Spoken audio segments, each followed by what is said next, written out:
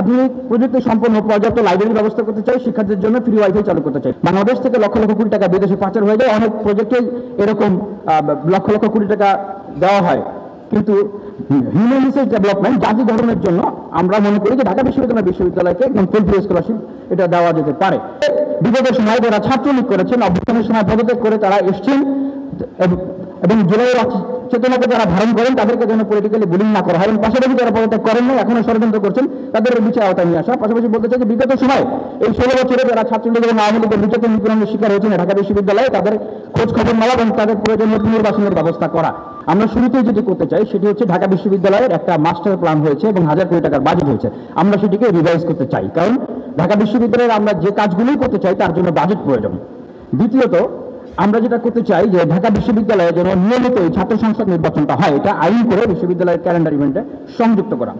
তৃতীয়ত, এই যে 1 স্টুডেন্ট 1 বেড 1 টেবিলের এই লক্ষ্য, এটা যেহেতু একটা লং টার্ম টার্গেট, এজন্য আমরা শীঘ্রই প্রথম বর্ষ দ্বিতীয় বর্ষ যে শিক্ষার্থীরা তারা এখনো আবাসন পান নাই তাদের আবাসনের ব্যবস্থা করা এবং তার আগ পর্যন্ত তাদের মেধাভিত্তিক ব্যবস্থা করা। তৃতীয়ত, খাবারের মান উন্নত করা, প্রয়োজনে এক্ষেত্রে ভর্তুকির ব্যবস্থা করা। চতুর্থ, full free scholarship every student, এটা আমাদের একটা ভিশন, কারণ আমরা মনে করি যে বাংলাদেশ থেকে লক্ষ লক্ষ কোটি টাকা বিদেশে পাচার হয়ে যায়, অনেক প্রজেক্টে এরকম লক্ষ লক্ষ কোটি টাকা দেওয়া হয়, কিন্তু হিউম্যান রিসোর্স ডেভেলপমেন্ট জাতি ধরনের জন্য আমরা মনে করি যে ঢাকা বিশ্ববিদ্যালয়কে একদম ফুল ফ্রি স্কলারশিপ এটা দেওয়া যেতে পারে।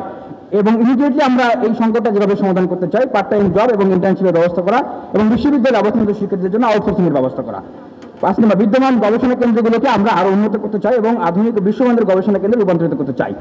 এছাড়াও আধুনিক প্রযুক্তি সম্পন্ন পর্যাপ্ত লাইব্রেরি ব্যবস্থা করতে চাই, শিক্ষার্থীদের জন্য ফ্রি ওয়াইফাই চালু করতে চাই। রেজিস্টার বিল্ডিং সহ যে প্রশাসনিক জায়গাগুলো আছে এগুলোকে আমরা অটোমেশনের আওতায় এবং ওয়ান স্টপ সার্ভিসের আওতায় আমরা সকল সেবা নিয়ে আসতে চাই। একাডেমি ও ইন্ডাস্ট্রিয়াল রিলেশনশিপ আমরা স্থাপন করতে চাই, যেন দেশ এবং বাংলাদেশের স্বনামধন্য প্রতিষ্ঠানের সাথে আমাদের শিক্ষা প্রতিষ্ঠান, সরকারের সাথে শিক্ষা প্রতিষ্ঠানের একটা কন্ট্যাক্ট হয়, পড়াশোনা শেষের সাথে সাথেই শিক্ষার্থীরা যেন তাদের কর্মসংস্থানের ব্যবস্থা হয়, কারণ ঢাকা বিশ্ববিদ্যালয়ের মতো বিশ্ববিদ্যালয় থেকে লেখাপড়া করার পরে অনেক শিক্ষার্থীকে এখন বেকার থাকতে হয়। অন্যদিকে আমরা শুনি যে উন্নত প্রতিষ্ঠানগুলো সরকারি জায়গা থেকেও যে দেশে নাকি তারা যোগ্য কর্মক্ষম লোকদেরকে তারা খুঁজে পাচ্ছে না। বিশ্ববিদ্যালয়ের অবাধ বহিরাগত যান চলাচল একটা গুরুত্বপূর্ণ সমস্যা এবং আমাদের বিশ্ববিদ্যালয়ে প্রায় অর্ধেকের মতো নারী শিক্ষার্থী। 3টি হল, শেখ ফজিল মুজির হল, কুয়েত মিত্র হল এবং সুফিয়া কামাল হল, এগুলো প্রিমিসের বাইরে। আমরা তাদের নিরাপত্তার ব্যবস্থাটাকে আরো গুরুত্ব দিতে চাই এবং বিশ্ববিদ্যালয়ের যে একাডেমিক প্রিমিস এবং ক্লোজ ডোর যে একাডেমিক জায়গাগুলো আছে, প্রশাসনিক জায়গাগুলো আছে, এগুলোকে আমরা সীমিত করে নিয়ে আসতে চাই, যেন যে কোনো কেউ এই জায়গাগুলোতে ঢুকতে না পারে। এবং বিশ্ববিদ্যালয়ের যে অভ্যন্তরীণ ট্রান্সপোর্টেশনের যে জায়গাগুলো আছে সেই ট্রান্সপোর্টেশনের জায়গাগুলোকেও আমরা আরো সুচারুভাবে গুছিয়ে নিয়ে আসতে চাই।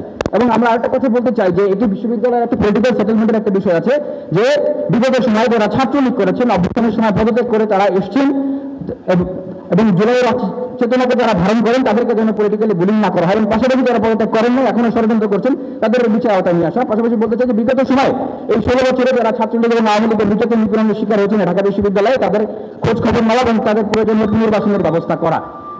এবং আমি যদি বলতে চাই যে সবাইকে সাথে নিয়ে এই বিশ্ববিদ্যালয়ে আমরা আসলে কিভাবে চলতে চাই সেটা আমরা ঠিক করতে চাই। আর আমি বলতে চাই যে আমি যদি জিতে যাই তাহলে কোনো দল জিতবে না, ব্যক্তি জিতবে না, গোষ্ঠী জিতবে না, কোনো ছাত্র সংগঠন জিতবে না, জিতে যাবে ঢাকা বিশ্ববিদ্যালয়ের প্রত্যেকটা শিক্ষার্থী।